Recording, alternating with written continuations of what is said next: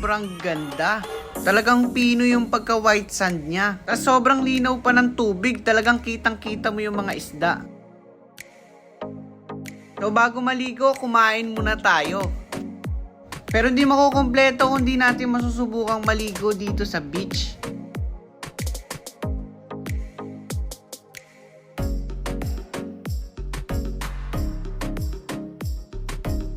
Plus, ma-enjoy pa ng mga chikiting dahil meron silang slide dito sa tabing dagat.